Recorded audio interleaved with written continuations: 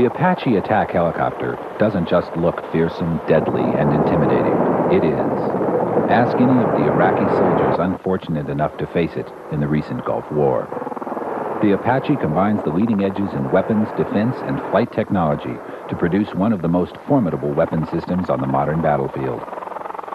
Though now known for its recent successes in the Gulf, the Apache's original mission was to kill Soviet tanks in Western Europe.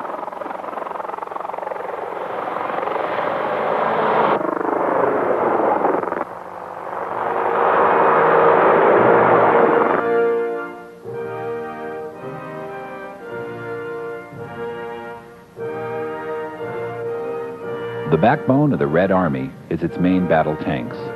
So many thousands of these have been built that they outnumber NATO forces by 3-to-1. The United States responded to this threat by concentrating on tank-destroying aircraft and the Apache helicopter.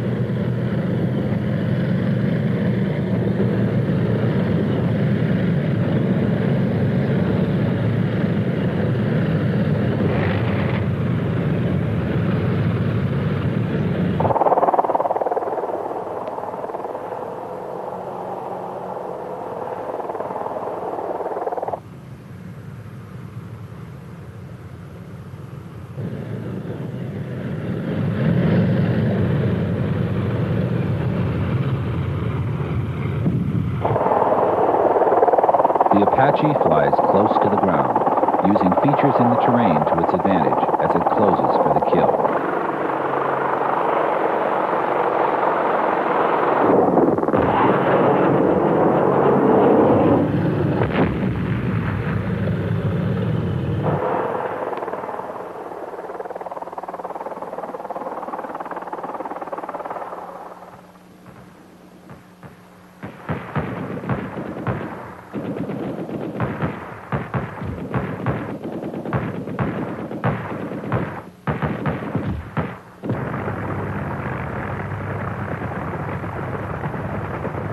Vietnam has been called the first large-scale helicopter war. At the beginning, they were used to transport troops, leapfrogging them over the dense jungle in hopes of surprising the enemy. Choppers quickly became the horses of the new air cavalry, quickly transporting soldiers above the roughest terrain and dismounting them for battle.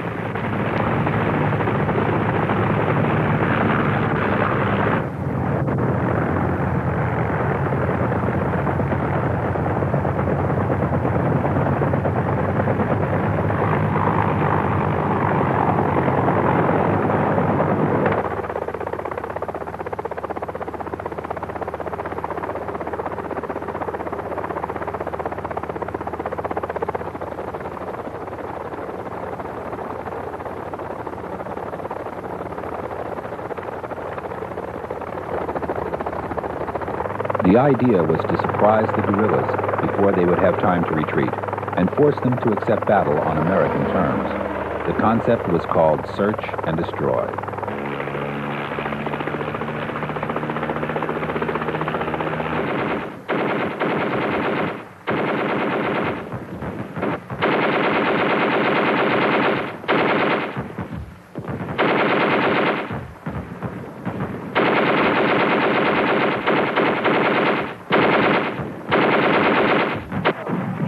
But the Viet Cong had been successfully battling foreigners and their modern armies for decades. They had fought the Japanese to a standstill in the 1940s, totally humiliated the French in the 1950s, despite their American weaponry, and now in the 60s were adapting to fighting the Americans themselves. It was a war of 1,000 ambushes, as each side tried to attack when and where his enemy was the weakest.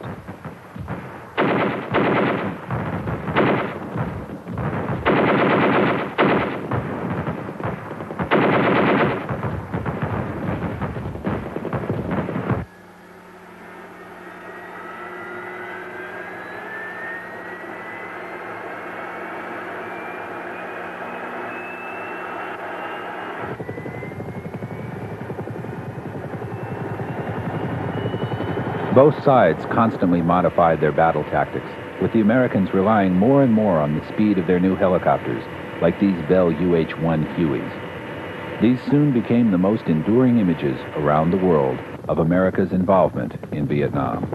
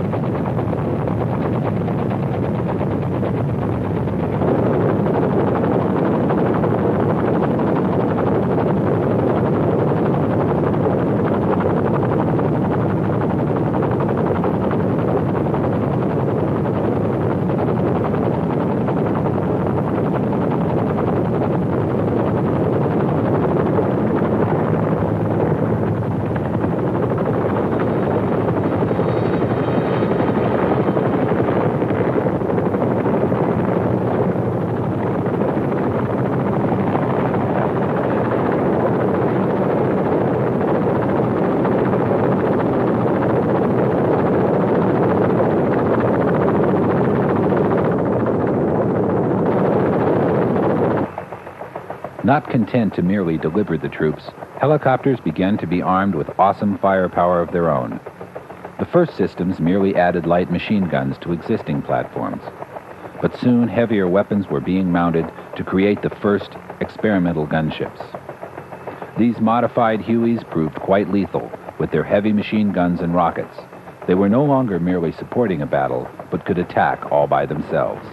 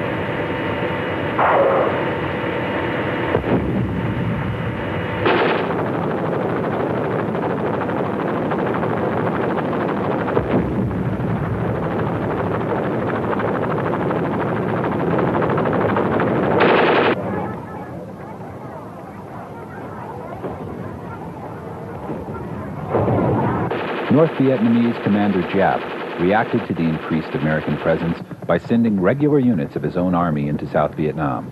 These NVA regulars brought heavier anti-aircraft guns with them down the Ho Chi Minh Trail, and they could be deadly to helicopters that came too close.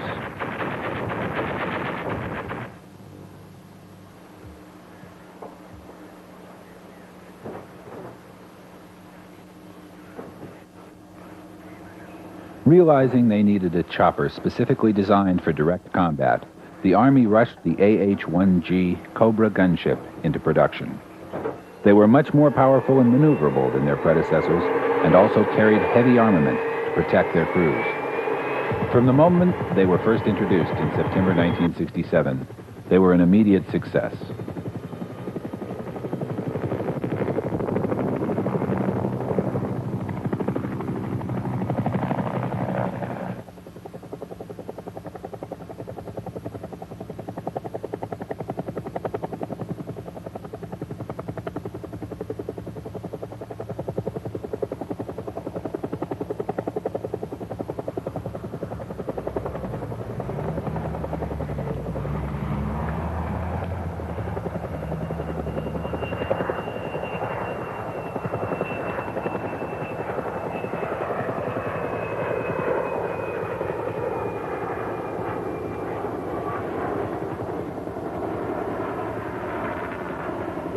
The Cobra was armed with a 40mm grenade launcher and a 7.62mm minigun in the chin turret.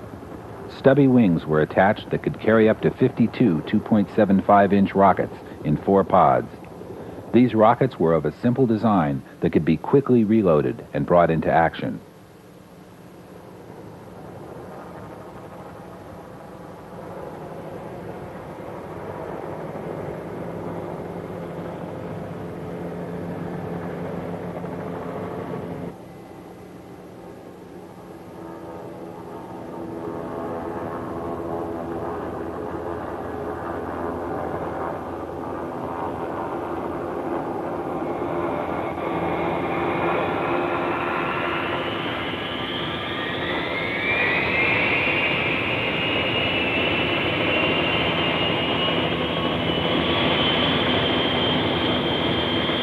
The gunner controlled all this weaponry from his front seat. and the pilot sat directly behind in a higher position that retained good visibility. Later models were even equipped with TOW anti-tank missiles, and they knocked out many North Vietnamese tanks during their 1972 offensive. This would later lead to interest in developing a helicopter that could be specifically dedicated to destroying armor.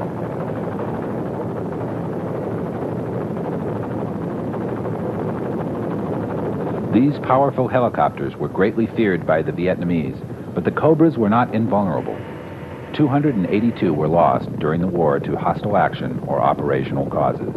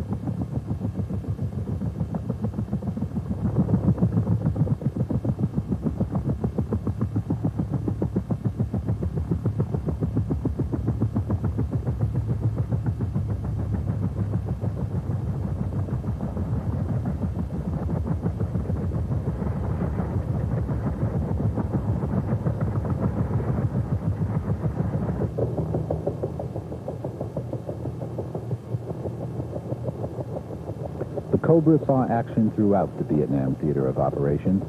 Not only was it indispensable on escort duties, but it also came to be employed on search and destroy missions of its own. Though originally developed for the Army, soon the Marines were flying Huey Cobras of their own.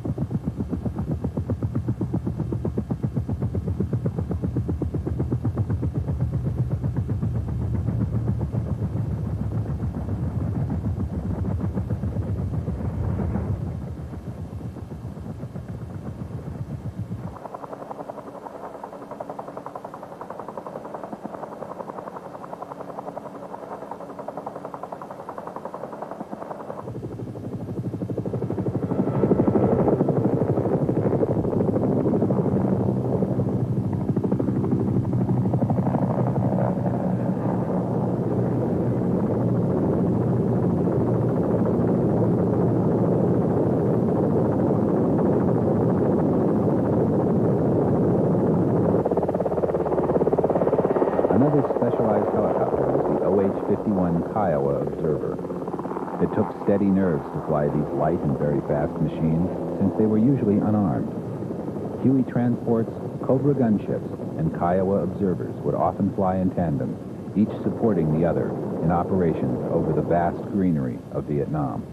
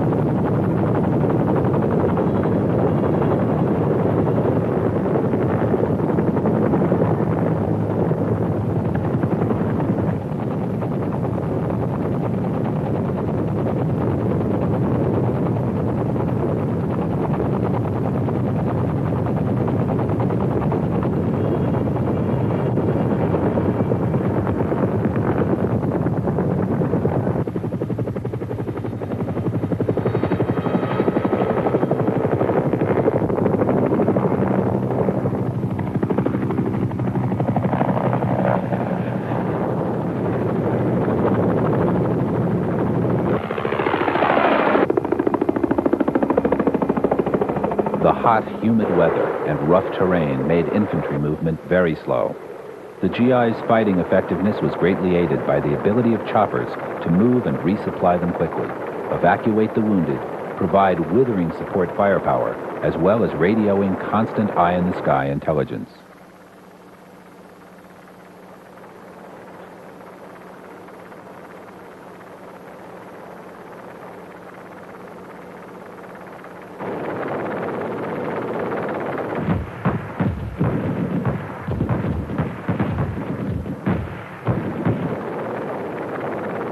An OH-1 would mark a suspected target with its special phosphorus grenades. Then a Cobra could sweep in and destroy it with any of the weapons at its disposal.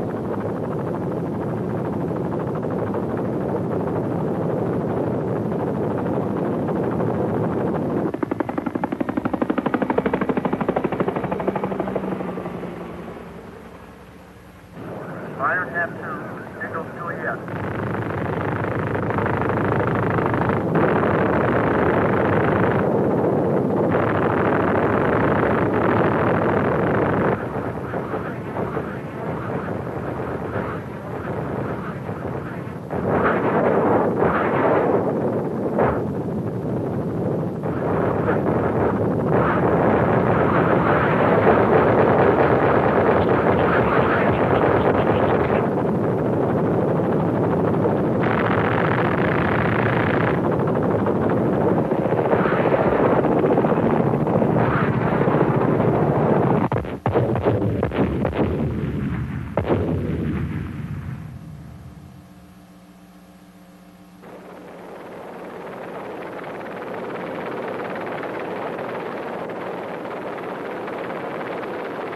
Another type of marker could be dropped to identify troops ready for pickup or of wounded needing evacuation.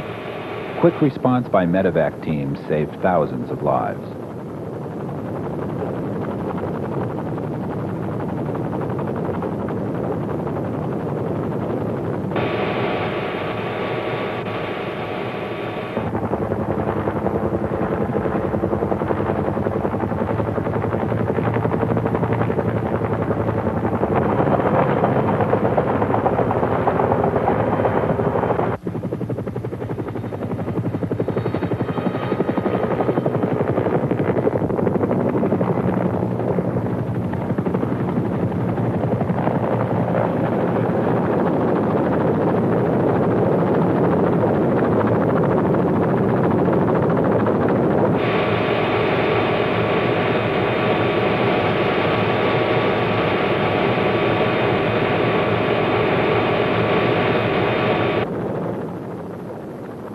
targets that could be identified from the air could be quickly destroyed, as well as enemy troops caught out in the open. But success in a guerrilla war depends on concealment, on avoiding combat with a superior enemy. So in Vietnam, despite the increasing lethality of American weapons, the communist forces continued to grow and adapt as well.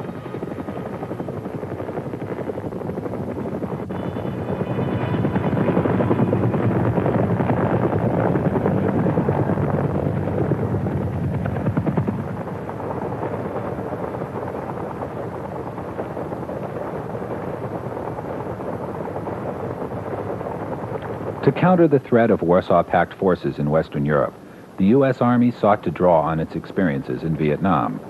Since the Soviet alliance relied so heavily on armored forces, the Army modified the Huey into a dedicated tank-busting chopper.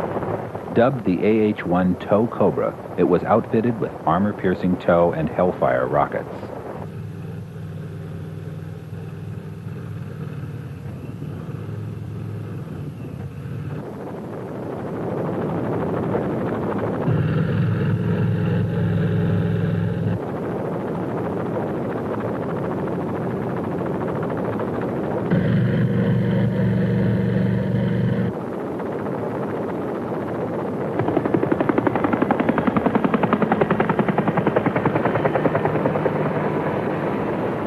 What makes the TOW a particularly deadly rocket is the fact that it is wire-guided during flight.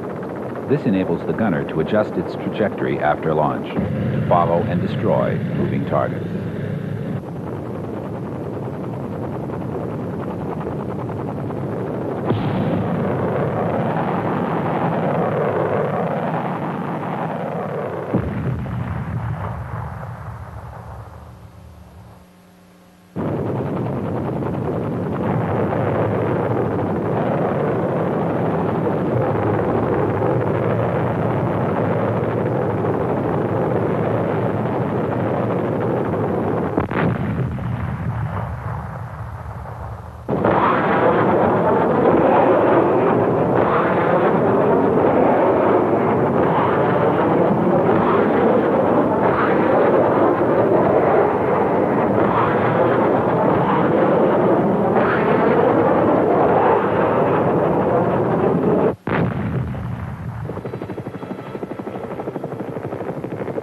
The Army also made the Cobra more survivable in the new model AH-1S. This flat canopy reduces glint reflection. A laser weapon sight aids in aiming. This infrared suppressor and other jamming devices make it harder for enemy missiles to lock on.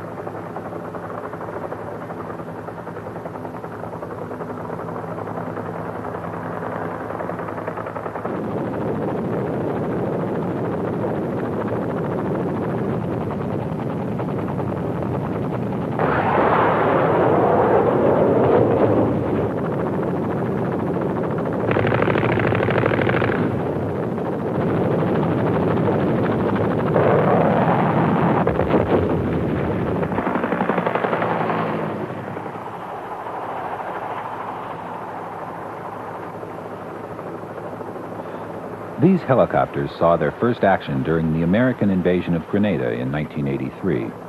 The operation was thrown together very quickly and relied heavily on choppers such as the new Army UH-60 Black Hawk transports and the latest Marine Hueys. Sea-launched helicopter assaults enabled troops to get into action quickly at any point along the tiny island.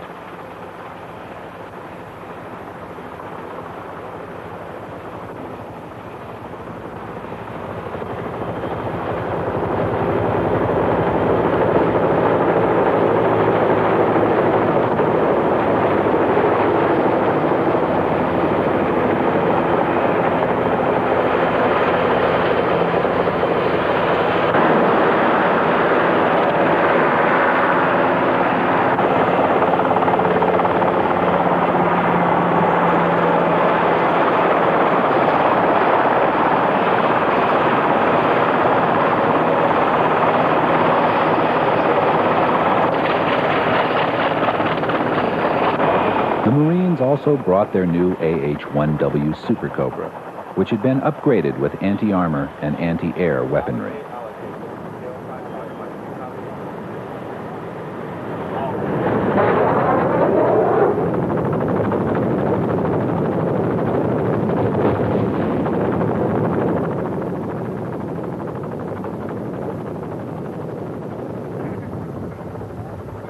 These Soviet-made BTR-60 armored personnel carriers are no match for the fast-firing helicopters.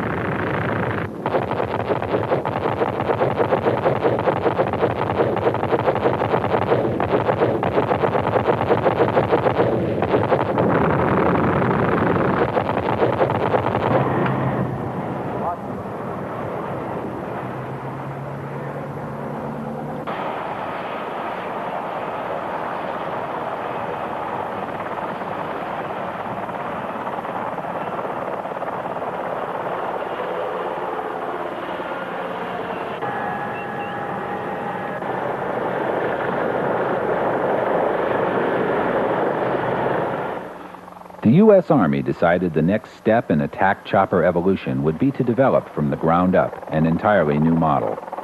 The result was the formidable AH-64 Apache. It is not only the most dangerous attacking chopper in the world, it is also the most survivable.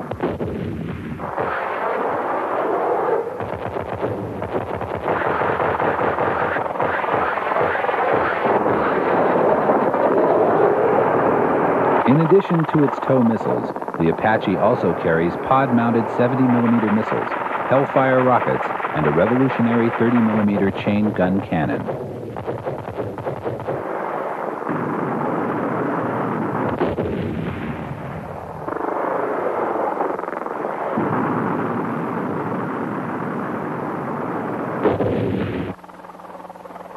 Especially effective at night, the Apache played a starring role in the quick defeat of Iraqi forces in 1991.